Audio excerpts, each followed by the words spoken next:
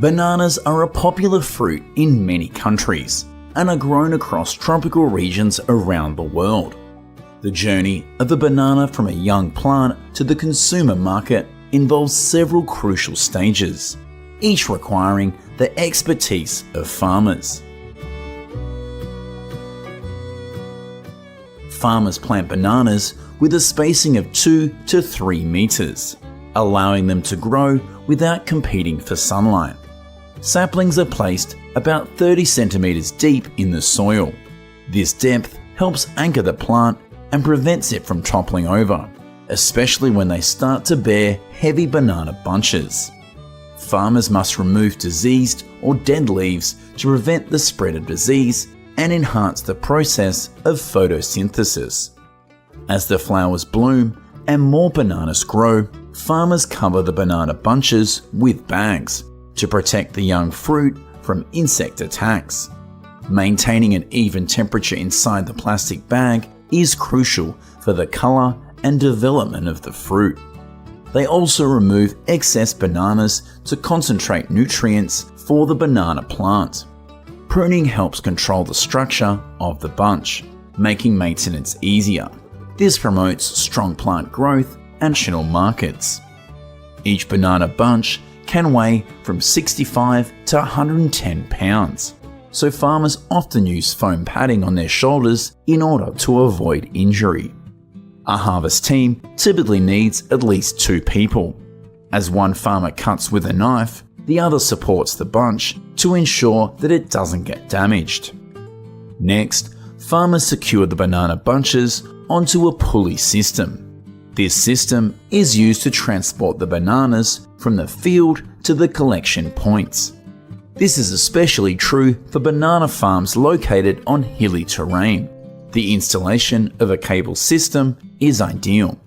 On average, one system can transport around 90 banana bunches.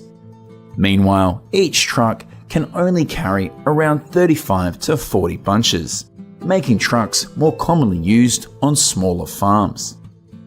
After leaving the field, the bananas are immediately taken to the processing area, where they are washed and sorted.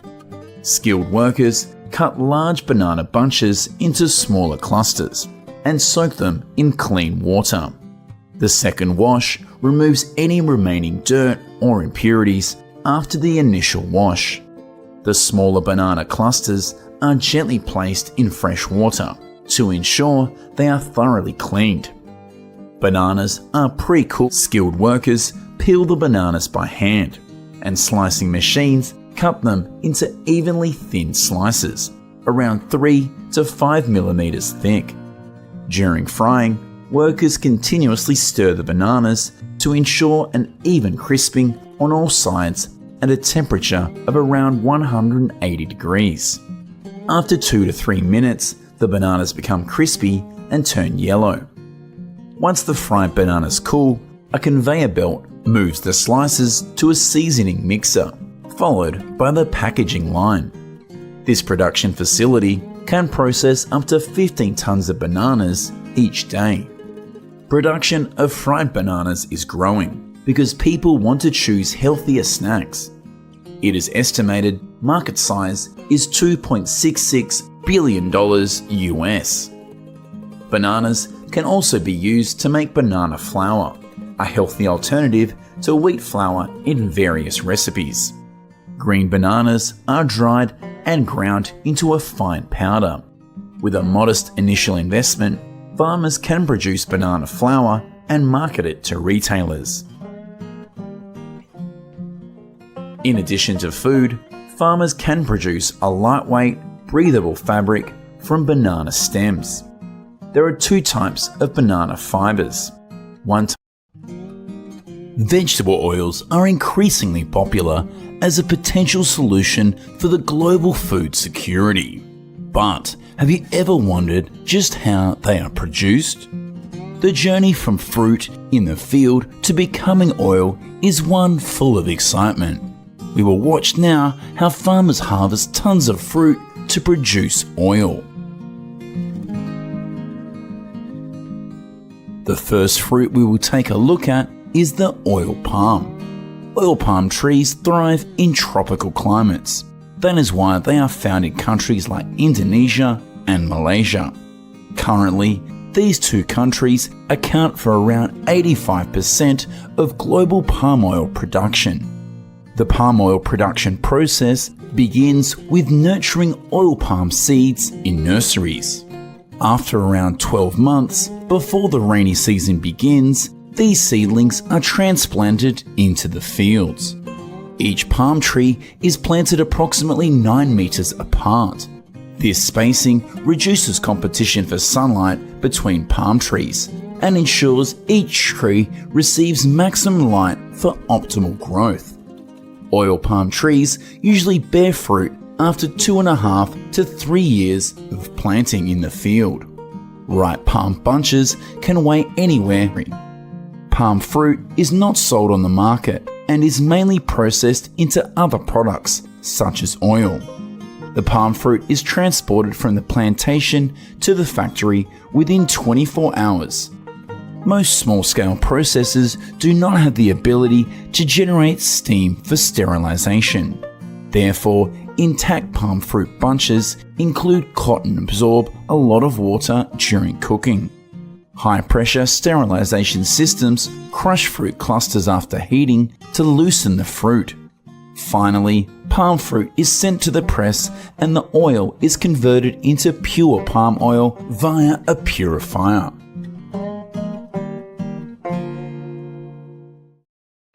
Each year, global almond consumption exceeds 1 million tons. Of this, California provides more than 80% of the total. The following companies are responsible for harvesting almonds across the mountains and processing tons of almonds every day.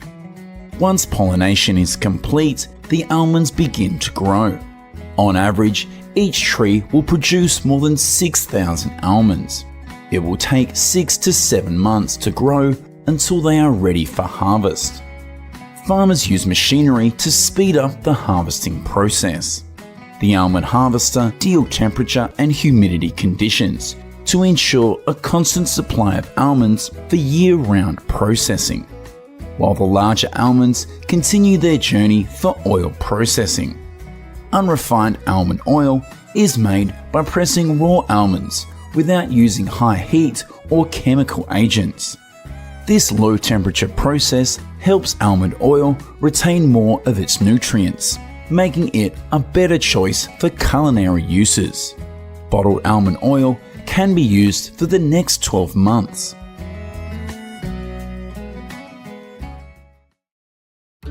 Finally, we come to the olive tree, a tree that commonly grows in the Mediterranean region. Currently, Spain, Greece, and assorted countries across the Arab region have become the largest olive-producing countries. Amongst them, Spain produces nearly half of the world's olive oil. The olive harvest begins in September and ends in December. An olive farmer's day begins at sunrise and lasts until sunset or the daily target is reached. There are many interesting ways to harvest olives. Farmers often combine traditional harvesting with machinery. A machine is in charge of shaking the tree trunk to let the ripe fruit fall. In addition, the machine will transfer the olives to the trunk. The destination of newly harvested olives is processing factories, a place to turn them into healthy solutions. Continuous grinding is the most common method used in the world today. The olives enter the crusher at one end and the oil comes out at the other. The olives are crushed using a hammer mill and the olive pulp is pumped into a malaxa mill. There it is warmed and mixed until the oil begins to separate. The resulting mixture is pumped into a centrifuge. Here the solids are separated from the liquid and the olive juice and oil are separated into a final centrifugation. Because the polyphenols that give olive oil its flavor are more soluble in water than in oil, this reduces exposure to water and helps preserve the flavor of the oil. The final stage is packaging and preservation. Olive oil is stored in glass bottles until they are ready to go to the supermarket or your family's dinner table.